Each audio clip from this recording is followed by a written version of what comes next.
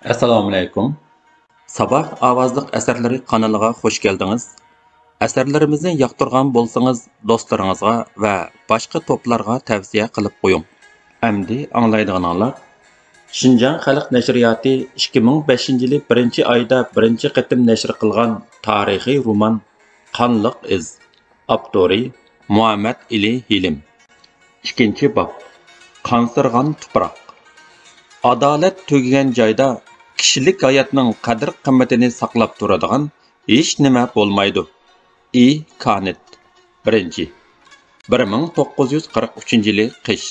Tangritog' ustiga oq libosdan kimxob kiygan bo'lib, ig'ir g'am qayg'ularga asiri bo'lgandek azobliq sukutga cho'kkan edi. Toshdan toshqa urilib shavqin silib yiqayotgan marvoyatdek suzuk sular uning ko'zlaridan to'kilayotgan taram-taram yoshlardek ko'rinatdi. U nimagadir hasratlanib, ich-ichidan o'rtinatdi. Achchiq-achchiq ingraytdi. Shundoq u talay-talay kechmishlarning jonliq shohidi. U o'z qo'ynida yashab kelgan mo'min, oqko'ngil xalqning razillarning qora qo'llarida dafsanda qilinganligini, o'z bag'rining tilg'anganligini ko'rib, ig'ir tartatdi. Alamlik o'kinatdi. U ig'ir hasratdan portlay da'vatatdi. U bu hasratlarga zamindagilarning faryodlariga, qanliq yoshlarga chidab turolmadi.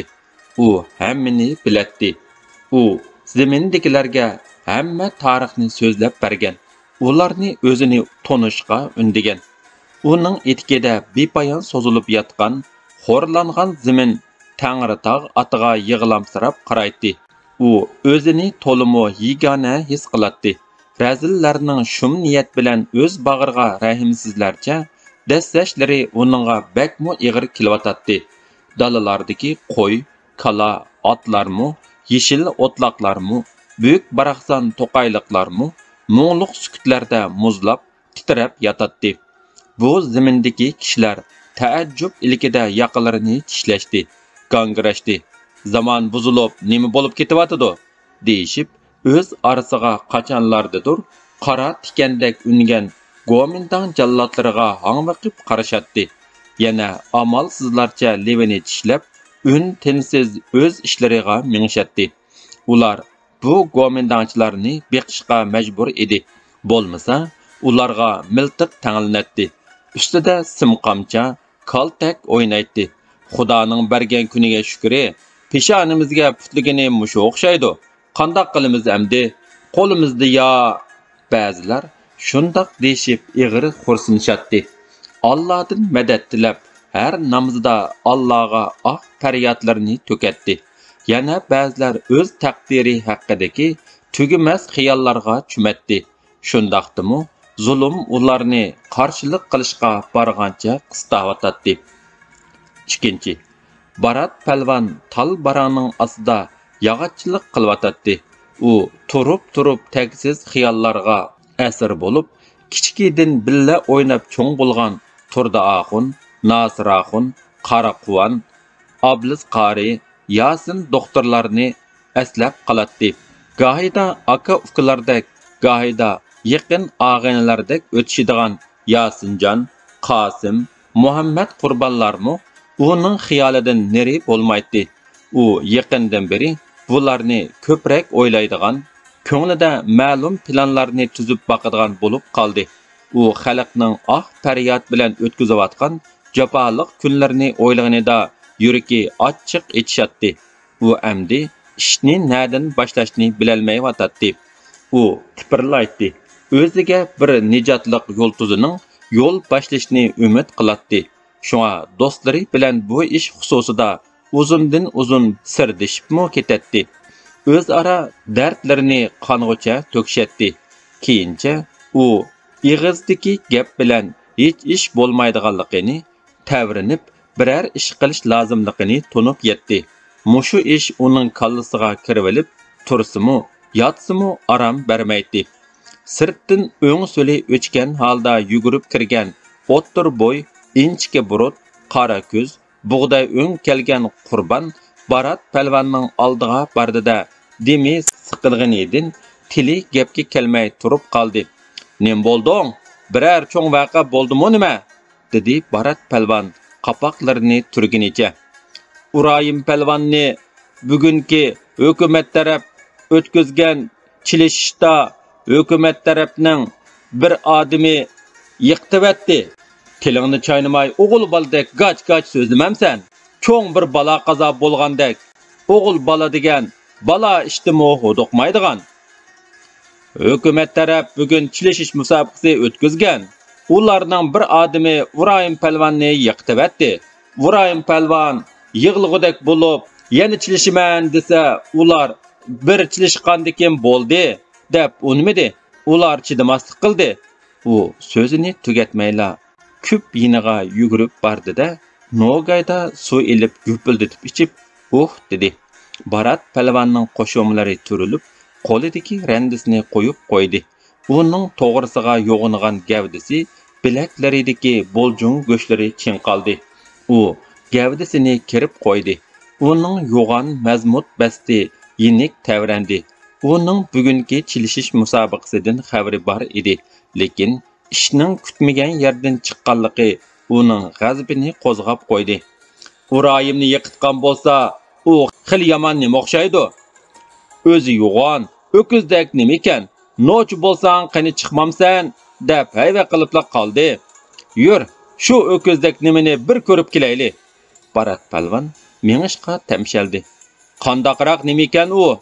Shundoq qarasa odam yeydigandek ko'rinadi. Alpoz yomon. Dada, menmi borman? dedi Barat palvonning o'g'li Xivir. Menmi borman? dedi Xivirning bir adishi. U yerga kichik bolalar borsa bo'lmaydi. Men sal turib qaytib kelman-a? Sizlar o'ynab turinglar. Nega borsiz? so'radi Barat palvonning ayoli Ajarqon uydan chiqib Qurbonga salom bergandan keyin. Bozorga berib kelay. Azroq ish chiqib qoldi. Ma bu bolalarni ilib uyga kirib ket. Issiq o'tib qolmasin. U shundoq deb ko'ngligini siqimdig'inicha Qurbon bilan chiqib ketdi. Ajarqon uning mijozini bilgachga gap qilmay o'z o'rnida turib qoldi. Maydisiga urib yurt kezib yurgan xili nochilarmu Barat palvon bilan kuch sinishib ko'rib, uningga qo'l bergan edi. Barat palvon o'zimi yurt kezib dangdor chilishchilarni izlab tepib chilishib, hech qaysiga bo'yin egmagan edi. Keyin uning nomi yurt-yurtlarga tarqalib, palvon atalgan. Keyincha uni yurt atlab izlab keladigan nochilarning qadimimu bir oz tinchib qolgan edi. Buningdan bir oy ilgari Altaydan yo'g'on bastlik biri Barat palvonni izlab keldi. "Sizning noming ne?" dedi u Barat palvon bilan ko'rishib bo'lib. "Qashqar, Eli, Atosh, Oqsuvlarda yurib anglab kelishim. Qani, bir tutishib boqmamdoq. Sen bizga mehmon, choy ichib bo'lib, qolgan parani qilishmamdoq. Choy ichgandan keyin do'stlashib qoldigan gap", dedi u Barat palvonning so'zini tortib olib. "Hozirla tutishayli. Biz o'zimiz bilan o'zimiz tilishib nima foyda olamiz? Bunda qozongan shuhratning nima ahamiyati? Menmo sana o'xshash nom chiqarishni o'ylab, izlamagan nochlar qolmagan. Oxirida men nimaga erishdim? Nima ishlar hal bo'lib ketdi?" Atrofda qarshib turganlar Barat palvonga nima bo'lgandi yoki u uningdan qo'rqatamdi-ya deyishib, hayron bo'lganicha pichirlashdi. "Mendan qo'rqatamsan?" dedi hiliqi odam hijib qo'yib. "Undaq dema, sen yurt atlab kelsan. Sen bizga mehmon, eng yaxshisi chilishmayli. Qo'rqibsanda, birla Allohdan qo'rqaman. Undaq bo'lsa chilishib ko'rmamdoq", dedi u ko'ranglab, o'zini qo'ydigan joy topolmay. "Yo'q, chilishmayman. Sen mening dushmanim emas. Yog'liq ortib olsang bo'lg'udek. Sening naring palvon. Quyruqingni ichingga tiqibla tursan." U qasdan Barat palvonning zitiga tegib, uni chilishishga majburlavatdi. To'plashib turgan kishilarning hayronligi texmo oshdi. Barat palvonga nim bo'lgandi? Ajab ig'ir besiq bo'lib qopdi. "Qo'rqatamdi-ya?" "Yo'q, uningmi o'ylig'ini bordi. U bu kunlarda chilish maydonlariga barmas bo'lib ketdi. Buningda bir gap bor. Balkim. Bo'pti, dedi Barat palvon cho'nqur tinib qo'yib. Talabing yerda qolmasin.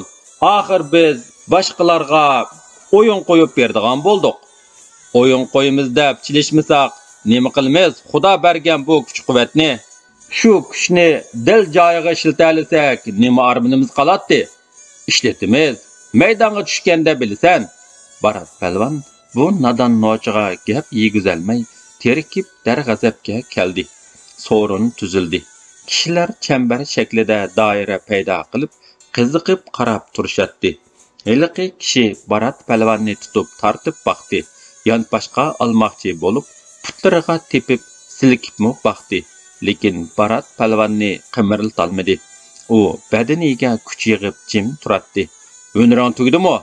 dedi Barat palvon qopqini turib. "Heli ko'rasan", dedi u sal jiddiylashib. "Mana endi ko'r." Barat palvon shundoq deb qo'lini chaqqonlik bilan harakatlantirib, uning balvag'idan qamonlab tutdi-da, cho'rgiltib, "Yo Hazrati Ali", debla uni egiz ko'tarib g'azab bilan nerga tashlavatdi. Heliqi kishi bo'sh xirqirab o'shidan ketdi. Buni ko'rib Barat palvonning chiroyi o'ngib ketdi-da, uning yiniga bir beshini qo'liga oldi. "Tudaxon, suv akal", dedi u ansiz vaqirab. Uningga suv purkib aran hushiga keltirib oldi. U ko'zini ichib, atrofga qo'rqimsirab qaradi-da, qattiq xijil bo'lgan holda, "Sen qaltis palvonkansan, haq desa ishonmabdikanman. Bugun ko'rdim. Sendek palvonni men ko'rmagan", dedi ko'zlarini Barat palvonning ko'zlaridan ilib qochib. "Undaq dema. Hozir o'zimiz bilan o'zimiz chilishib, kuch sinishadigan vaqt emas." U o'z muddaini aniq deyolmadi. "Biz do'st bo'lib qolayli", dedi hiliqi kishi o'rnidan asta turib. "Bo'ladi, akal qo'lingni." Ular qaytadan qo'l ilishib ko'rishdi. Barat palvon uni bir necha kun o'ynatib yo'lga silib qo'ydi. U shuningdan buyon chilishish maydonlariga bormas bo'lgan edi. Barsa chilishayotganlarni ko'rib azoblanib ketadi. Uning mijozi bara-bara o'zgarib, xiyolchan, kam so'z bo'lib ketib boradi. Uning ko'ziga hamma kishi o'zlarini aldab, amalsiz holda yashayotgandekla ko'rinadi. Yuragi nimadandir ezilib, demiqib hasrat chekadi. Xalqning nola faryodlik turmushi, beg'am chilishib yurgan palvonlar uning yuragini g'ajaytdi. Bugun Qurbonning "Hukumat taraf odami" degan so'zi uni qiziqtirib, chilishish maydoniga berishga aldiratgan edi. "Urayim hozir nada?" dedi Barat palvon yo'lda ketib. "Vang Loxanning shopanxonasida aroq ichib, dardini chiqaryotdi. Shumi o'g'il bolaning ishimi? Achchiq chidamabdi-da. Chidimog'idagi ish bo'ldi." Chilishish doim daryo bo'yi tarafda bo'ladi. Bugun shahar ichidagi masjid oldi qizib ketgan edi. Dengiz to'lqinidek o'rkashlayotgan odamlarning vang-chung, shavqun suranlari yiroq-yiroqlarga anglanadi. Daraxt shig'ida o'ltirib olgan shamolxon birda naqsha aytib, birda har xil qushlarni do'rab, zo'q-sho'q bilan sayrab ketadi. Ular chilishish maydoniga yetib borganda, kishilar texi tarqashmagan edi. To'piliq maydon o'ttirsida zanjirlangan semiz qora biri to'pilarni qamonlab o'ziga chichib, odam yeydigandek alpozda kishilarga hayva ko'rsatyotdi. U go'yo g'oljir itqa o'xshab qolgan edi. "Barat palvon keldi", dedi to'p ichida turgan, seriq yuzini sapkun bosgan, beshiga badam do'ppa kiygan obliz qari unlik vaqirab, kishilarning ko'zlari umidga to'lib, chiroylarida shodlik nurlari parladi. Ular Barat palvonga qiziqish bilan qarashadi. "Barat palvon keldi", deb hayajonini basalmay varqirdi. Udul ikki oltin tishi parqirab turgan, yo'g'on ko'zlik, bug'day un kelgan Yasin doktor. "Endi bu muttaham adibini yeydigan bo'ldi. O'rkirgini bir yerlarga kirib ketdi-da." "Voh, Nasiraxon", dedi ustaxonliq kelgan, qanşarliq yuz so'ngaklari chiqib qolgan Turdaxon. "Ey Turdaxon", dedi egiz bo'y, qaramtul kelgan Nasiraxon. "Barat mushu kunlarda chilishish maydonlariga kelmaydi. Bugun ajab kapta." Avu hökumət adamı bolğaçqa kelgan gapda. To'g'ri, shuningga aqlim yetmaganini. Ig'zimizga agah bo'layli, atrofda quloq ko'p, dedi oqsariq egiz bo'y Yasinjon atrofga bo'yindab qarab qo'yib. Kishilarning ruhi bo'lakchilar ko'tarangu edi. Masjidning egiz pashtiqida o'ltirgan Bo'rtala garnizon qo'mondoni Van Gotay, saqchi boshlig'i Vushavtan Barat palvonni ko'rib tatirib ketishdi. Yang hokim ularning hayvisining amdi yerga urildiganligini pamlab bo'lgan edi. Chunki Yang hokim ularning o'y xiyollarini bilatdi. U aralab ularning chiroyidagi o'zgarishlarga diqqat qilib qo'yatdi. Ular Barat palvonning chilishish maydonlariga bormaydigan bo'lganligini Zakir quloqdan anglagandan keyin bu yurtdagi palvonlarning hayvisini sundirib, o'zlariga beqindi qilish uchun izdab surishtirib yurib, palvon atalgan Shengshsay hukumatiga sodiq birini tepib kelishgan edi. Bu orqali bir tarafdan chilishish faoliyati o'tkazib, xalqqa yaxshichoq bo'lishni o'ylagan bo'lsa, yana bir tarafdan xalqning yuragini mujib, hayva ko'rsatib qo'yishni maqsad qilgan edi. Endi qarang, ularning chiroyining qaradab, o'ng so'lining o'chkilayotganini. Kishilar ikki tarafga dajishib yo'l berishdi. Barat palvon maydonga maydisini kirishiga Lanshing uning oldida paydo bo'ldi. "Sening chilishingga ruxsat yo'q. Chiqib ket", dedi u Uyg'urcha varqirab so'zlab. "Nere tur, chatiqing bo'lmasin", dedi Barat palvon chekchib turgan o'ttiri bo'y, o'ruq kelgan Lanshingga g'azab bilan go'rib, "Chiqib ket", deyishdi bir qancha askar uning oldiga kelib. "Bular nima qilib yuridi? Bayatin ular chilishdiganlar bormi?" deb varqirab yuratdi-ku. "Anangni", dedi Qosim ko'kish ko'zlaridan g'azab uchqunlarini chaqirtib. Uning qaramtul chiroyi texmu qaradab o'zini bosolmay qilyotdi. "Ular chilishga tushsin", deb bo'm ovozda qo'pol varqirdi. Do'g'liq kelgan, yuzlari qip-qizil, qapiqi turilibla turadigan qora quvon. Ko'pchilik tushdan varqirg'ili turdi. Maydonning tartibi buzilishga boshladi. "Vanseling, qandoq qilamiz?"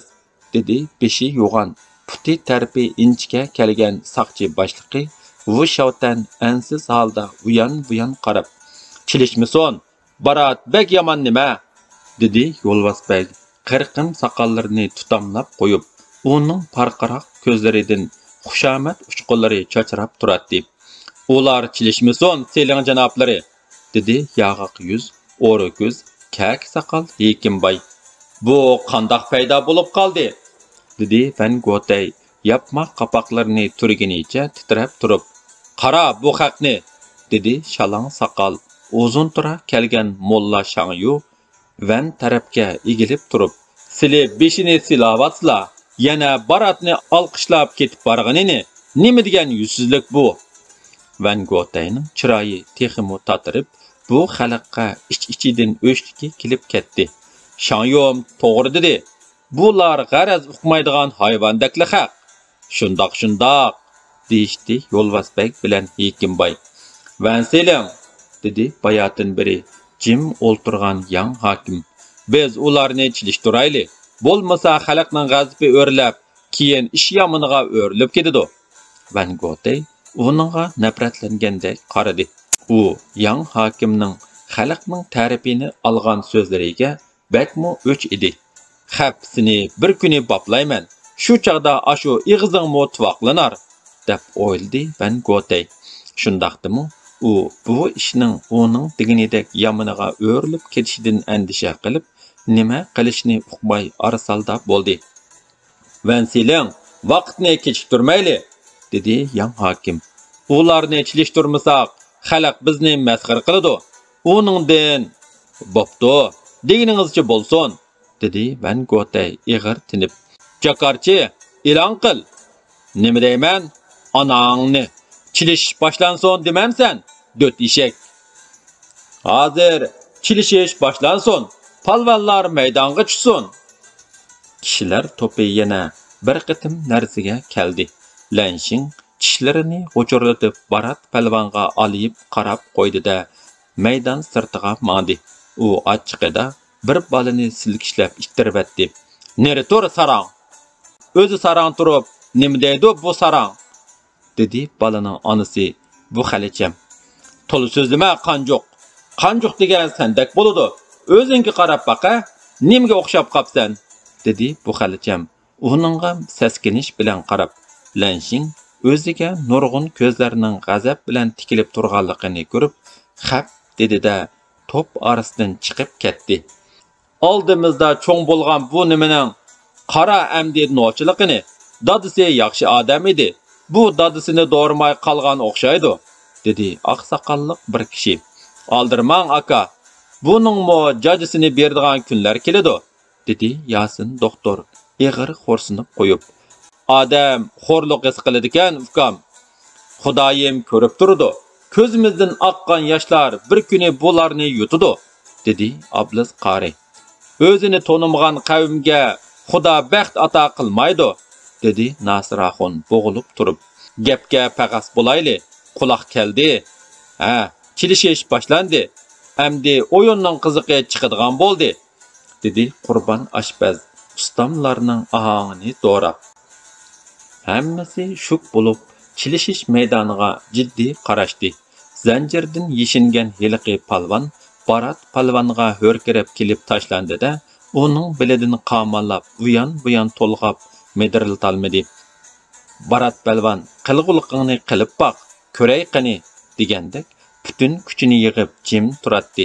Heliqi palvon Barat palvonni chaqqonlik bilan yonboshqa olmoqchi bo'ldi-yu, ololmadi. Barat palvon shu arada uning balvig'idan tutib oldi-da, yo'gab tortdi. U injiqlab qizirib ketdi. Barat palvon uni yerdan yo'lib elib, bir qo'li bilan dast ko'tarib oldi. "Bo'ldi, meni otma. Sana nochi otdan birni berman."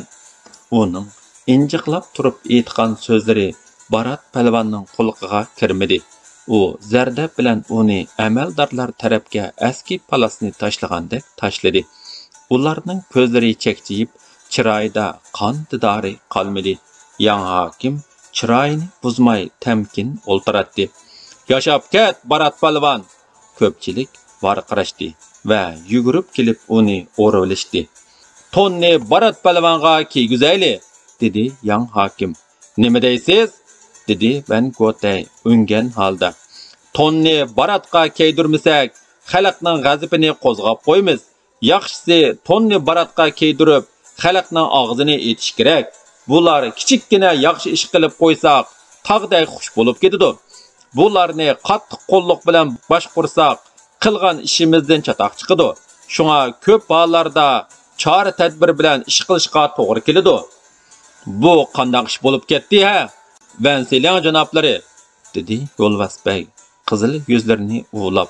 "Har ikkilisiga to'n kiydirayli", dedi Van Gotay xali ko'p o'ylanishlardan keyin. "Bo'ladi, ixtiyoringlar", dedi yang hokim norozi bo'lib. Peshtaxta jakarchining yangroq ovozi anglandi. Ko'pchilik ishning natijasini bilishga taqozo bo'lib jim bo'lishdi.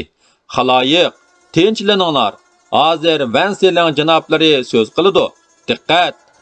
Van Gotay o'zini ruslab olgandan keyin demig'ini qeqib qo'yib so'z boshladi. G'appar bey uning so'zini tarjima qilib turdi. "Bugun ko'pchilikning qimmatli vaqtini ajratib qilayotgan ishlarini tashlab, bu yerga kelganiga rahmat aytaman. Bu hukumatimizning xalq uchun uyushtirgan zo'r ko'lamli chilishish faoliyati. Bu bizning xalqqa bo'lgan zo'r ishonchimizni bildiradi. Hammamiz xotirjam turmush kechirsak, inoq ittifoq o'tsak yaxshi emasmi?" Barat palvon uning so'zlaridan seskinib ketib-atdi. "Yolg'onchiligini qara, nima degan hiylagar", dedi zardisi qaynagan Nasiraxon. "Bizni aldayotdi", dedi Turdaxon pichirlab so'zlab. "Ittifoqlikni kuchaytirish, bu yurtni gullantirish hammamizning o'rtaq burchi. Biz buningdan keyin bundaq faoliyatlarni davomli o'tkazib turmiz. Bugungi chilishish musobaqasida tanlanib chiqqan har ikki palvonga to'n kiydirishni qaror qildik. Qani, Barat palvon bilan chilishib boqadiganlar bormi?" "Yo'q", ko'pchilikning guldir mamadek yangroq sadolaridan Van Gogh cho'chib ketdi. "Qani, ton kiydirilsin", dedi u so'zini oxirlashtirib. U so'zlarining zo'rma-zo'r qilinganligini, toza qamlashmaganligini o'zimi his qilib qoldi. "Van Seling bak obdan odamjimo", dedi to'p orasidagi Aysxon osma qo'ygan inchika qoshlarini o'ynatib. "Mavu sajjalab nima deydigando?" dedi Qurbon bo'sh shivirlab. "Mashquning so'zini anglagandek." Maydonda tuyuqsiz kulka ko'tarildi. Kishilar kulka ko'tarilgan tarafga bo'yinlarini so'zib qarashdi. "Tonni kiymayman", dedi Barat palvon Nasraxunga pichirlab. "Kiymasang bo'lmaydi. Kiyganga nim bo'ladi. Kiymasang bularning gumonini qo'zg'ab qo'ysan. Nimadan qo'rqatdin? Xudo bor. Jahillik qilma. Kiyib qo'yibla ularning og'zini yopmamsan." Shu arada daraxt ustiga qo'nib olgan Shamolxonning mungluq naqshisi anglandi. Burkut oldi tulkini, tulka uni jimiqdi. "Kakkuk, kakkuk, nadisan kakkuk? Yasha Shamolxon, naqshangni yangrat", dedi Qurbon xushal holda varqirab. "Kakkukning visoliga yetolmayotsa, qandoq yashaydi u?" dedi Turdaxun kulib qo'yib. Atrofdagilar kulishib ketdi. "Nima deb naqsh aytibdi? Avu", dedi Van Gogh G'appar bekka qarab.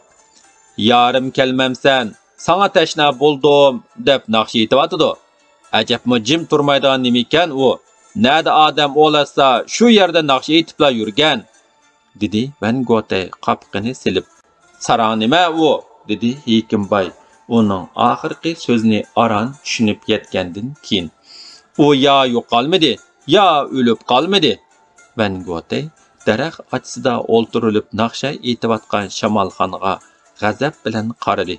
Molla Shangyu, Yo'lvasbek, Hekimboy, Molla Niyoz axunumlar Shamolxonga tish tirnog'igacha o'ch edi.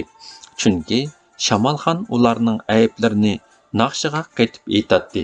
Ular ya bir nima deyolmagan. Shu topdimi ular Shamolxonning tilini kaskudek bo'lishotadi.